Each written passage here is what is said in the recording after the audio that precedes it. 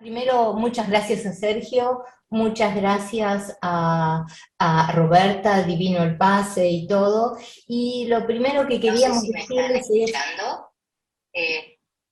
Bueno, que en AMBA lo que predecimos es y lo que recomendamos es lo que hacemos. ¿Y esto qué fue? Esto lo que es que en realidad nosotros lo primero que quisimos hacer fue escuchar realmente a quien es nuestra audiencia, que son ustedes. Y lo que hicimos fue una encuesta, como hacemos habitualmente, y escuchamos qué querían. Y este fue el primer año que nos dieron un tema más de marketing y tecnología. Es decir, ¿qué fue lo que hicieron? Lo que pidieron fue, bueno, ¿y qué pasa con los recursos humanos en este momento? Entonces teníamos 5 preguntas. La primera es, ¿para qué volver a la presencialidad? La segunda es, ¿qué presencialidad? La tercera es, ¿qué caminos pueden facilitar lograrlo? Y cómo retener los talentos y, bueno, ¿cuál es el espacio de la tecnología en todos estos caminos? Y para eso lo que hicimos es este bloque que va a empezar Salvador Luis Ventriglia. Salvador tiene mucha experiencia en manejo de recursos humanos en bancos, en este momento es codirector de la Diplomatura de Desarrollo Organizacional en ITBA y va a estar moderado por María Belén Gómez. María Belén Gómez se ocupa de todo lo que es el desarrollo institucional en Rusia, el Río Uruguay Seguros. Después vamos a hablar con Sergio Faraudo, van a ver una presentación también muy interesante. Sergio es director de Capital Humano en Telecom.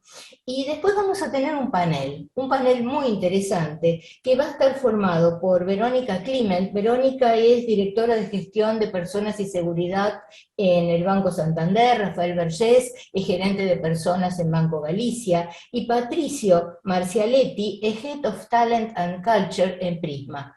Y va a estar moderado por Patricia Pomies. Patricia Pomies es COO en Globan, con lo cual vamos a tener una visión distinta y va a ser realmente una moderación muy interesante. Bueno, Belén, el lugar es tuyo. Muchas gracias, Nora, muchas gracias a vos y a todo el equipo de AMBA. Es un placer volver a compartir este espacio. Vamos a tener la oportunidad de escuchar a Salvador Ventriglia en su conferencia Invictus, que vamos a saber por qué ha elegido a esta maravillosa película. Como bien lo dijiste, Salvador es codirector de la Diplomatura de Desarrollo Organizacional en ITBA, pero además es una persona con mucha trayectoria, con mucha experiencia. Sobre todo podríamos resaltar su paso muy destacado en la Dirección de Recursos Humanos de Citibank. Y sabemos que las soluciones operativas son posibles, pero también sabemos que es necesario una persona que pueda traccionar, motivar a los equipos, ¿sí? Y lo que precisamente vamos a escuchar a continuación es una brillante exposición, ya lo estoy anticipando, de parte de Salvador, precisamente sobre el desarrollo del liderazgo. Salvador, bienvenido, muchas gracias por compartir este espacio, la audiencia es toda tuya. Bueno, muchas gracias. Muchas gracias, Nora. Muchas gracias, Belén. Muchas gracias, Samba. Buen día para todos. La idea básica de esta presentación y de esta charla de hoy que quiero tener con ustedes es que en este contexto de tanta transformación generada por la pandemia, las compañías hemos realizado muchos cambios, una reacción, yo diría, bastante efectiva, muy efectiva diría. Las compañías reaccionaron con mucha capacidad para producir cambios en la gestión de las personas para adaptarse a nivel de soluciones. Lo que voy a tratar de describir es que detrás de las soluciones, para que esa efectividad se sostenga, y obviamente dado que esto no ha terminado, la pandemia continúa y no sabemos en qué condiciones va a continuar, para que esto se sostenga, lo que se necesita, lo que está detrás del mantenimiento de estas soluciones adaptativas, es la capacidad global de liderazgo que tiene una organización. Y ahora lo voy a describir, por eso elegí, Belén, a Mandela, porque, y me gustaría, si puedo abrirla, de golpe me desapareció de la pantalla de la presentación, ahí va. Me gustaría, creo que ahí estoy, me gustaría un poco... Ah, perdón. Gracias, Sergio. Ahí voy,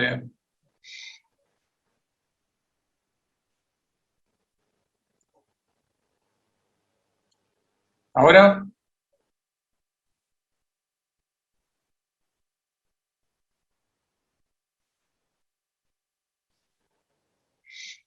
¿Qué tal? ¿Estamos? Bueno, ¿por qué Mandela? ¿Por qué este personaje? ¿Y por qué Invictus? Bueno, muchos de ustedes deben haber visto esta maravillosa película, como dice Belén, y porque el personaje de Mandela es alguien que puede adaptar su liderazgo a las distintas situaciones que le toca vivir. Acá lo tenemos al Mandela activista, al Mandela que en alguna época de su vida fue un personaje duro, difícil. Tenemos al Mandela que soportó un largo periodo en prisión y también supo adaptarse a eso. Tenemos el Mandela presidente que comienza tratando de integrar a todo el mundo. Esta es la escena de Invictus de la conversación con el personal de la presidencia, donde les dice, si pueden quedarse, por favor, los necesitamos. Esta es una escena donde hace valer su autoridad, es la conversación, el discurso que le da al Comité de Deporte Sudafricano a propósito de la cuestión del deporte, cuando Mandela concibe el deporte con un camino para la integración social. Esta es una escena de Mandela motivando al capitán del equipo de rugby de Sudáfrica. Entonces lo que tenemos es la capacidad de un líder ¿para qué? Volviendo un poco a la realidad nuestra de todos los días.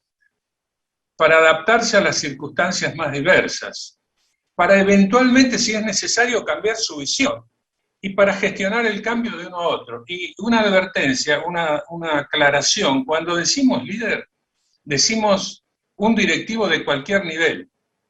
Esto es, en el más alto nivel de la compañía, que es donde se toman las decisiones más importantes o más globales, pero también ese es en los niveles más operativos, también es en el fondo de la pirámide. ¿Qué está pasando hoy en día en el mundo del trabajo? Me gustaría describir 2 o 3 cuestiones acá que me parecen importantes. Esta es una encuesta de Gartner que es global, y lo que está diciendo acá, que si se le pregunta a las personas, una vez que termine la pandemia, ¿en qué medida quisieras trabajar remotamente? Nosotros tenemos una respuesta que es abrumadoramente mayoritaria a favor de trabajar en forma remota. No solo todos los días, que hay casi un 30%, sino 1 o más veces por semana. Es decir, que pareciera que el hecho de haber estallado el trabajo remoto ha hecho que mucha gente lo probara y que mucha gente se adhiera. Ahora, este es unos datos de la Argentina que son muy, pero muy interesantes. Porque, ¿qué es lo que nos dice? Nos dice que, por un lado, la gente extraña el lado informal del trabajo presencial, agradecen la ayuda de las empresas. Hay muchos que tienen deseos de volver a la presencialidad, y hay una mayoría que dice que va a volver. Pero ¿cuál es la clave en este punto? Es que los más jóvenes, los millennials y los que tienen menos de 44 años, de 35, 44 años, son los que están menos dispuestos a volver a la presencialidad. Lógicamente sabemos por qué, porque son los que algunos han nacido digitales, se adaptan mejor, se sienten más cómodos con esta situación. Y este es un Este es parte del problema que tenemos, este último punto, que es la predisposición de los más jóvenes a mantenerse en la medida de lo posible en el trabajo remoto. ¿Cuáles son los problemas que tenemos generados por el trabajo remoto? No es gratis. El trabajo remoto ha solucionado muchas cosas, le ha solucionado cosas a las personas en cierta medida, le ha ofrecido oportunidades a las compañías en cierta medida, pero también ha generado problemas.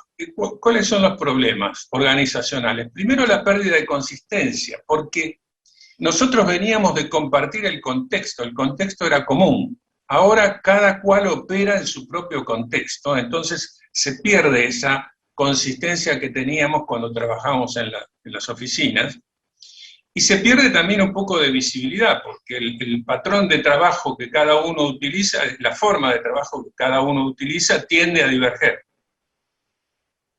Y el otro problema que se genera por el trabajo remoto es la pérdida de espontaneidad, es decir, hay un mayor uso de la agenda y de la agenda detallada. Estas son dificultades que se agravan si nosotros queremos replicar en el trabajo remoto el modelo de la oficina.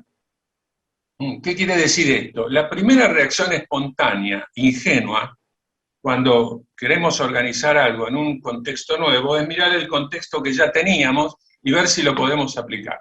Y el resultado es seriamente complicado, porque lo que tenemos es lo que se llama distracción digital. Tanto tiempo en la computadora, la persona tiende a distraerse, a desconcentrarse, y lo que antes se resolvía caminando unos pasos, ir hasta la oficina del otro, ahora tiene que hacerse igualmente por la computadora. Hay sobrecarga virtual y hay conexión permanente. Estas tres cosas son un problema serio a la hora de la exacerbación y la generalización del trabajo remoto.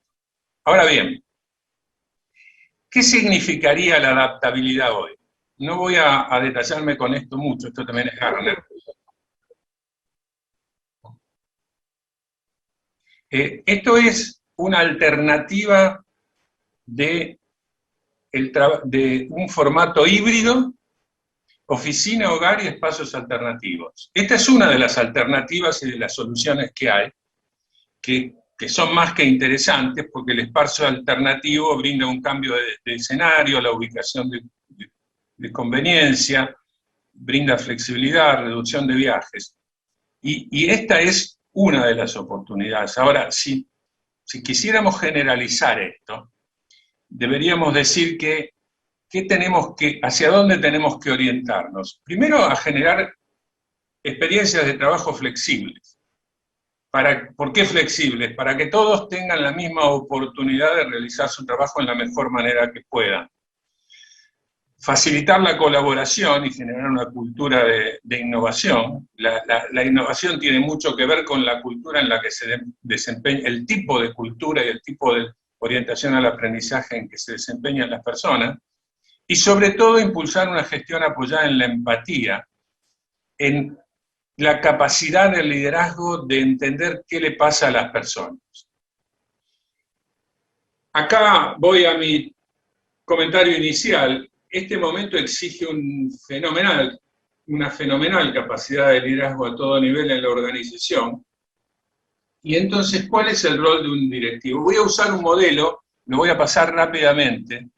¿Qué es lo que hace un directivo de una organización a cualquier nivel? Toma decisiones y define una estrategia, define posicionamiento y administra, planifica, organiza y controla. Pero todo esto, la estrategia y la gestión administrativa, viene con gente.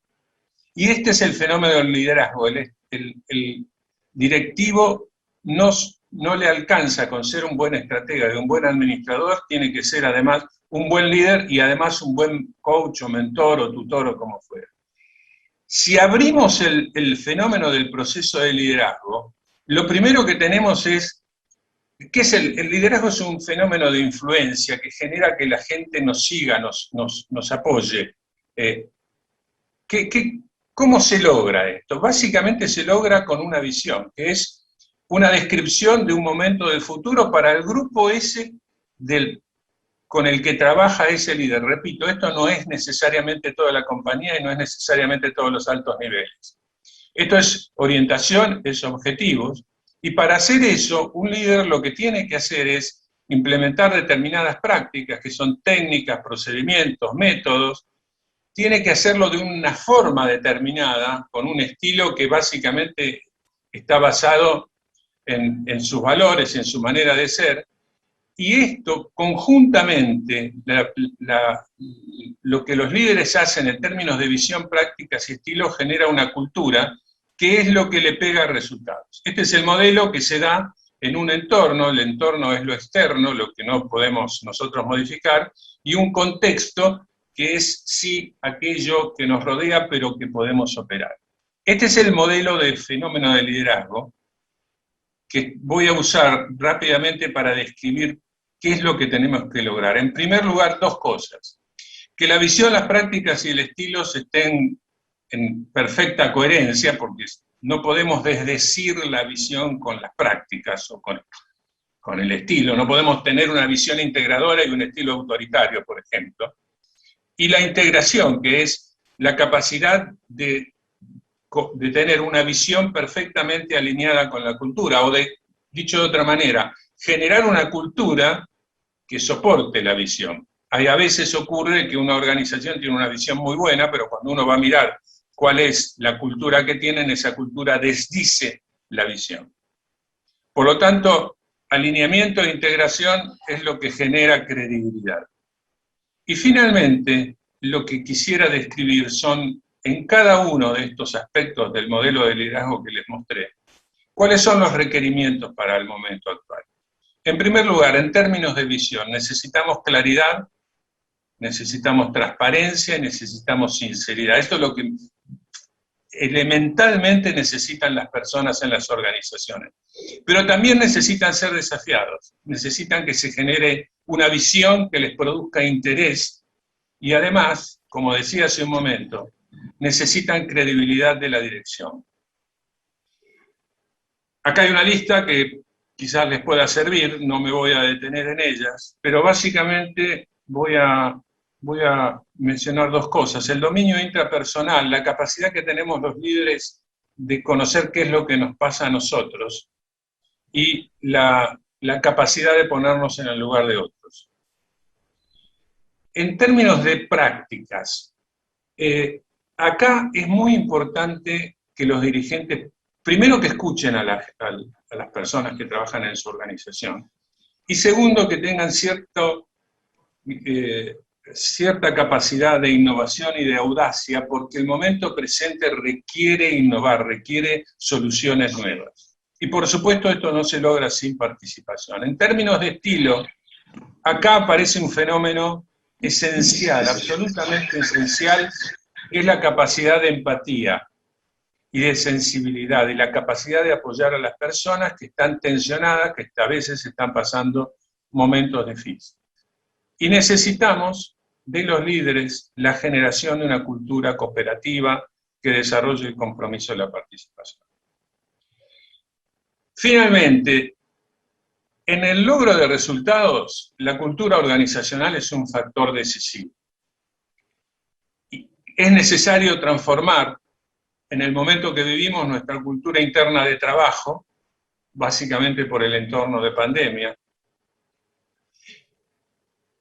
Y el punto esencial acá es cómo se genera una cultura. La cultura es una propiedad organizacional, la cultura de una compañía es una propiedad emergente del comportamiento de los líderes.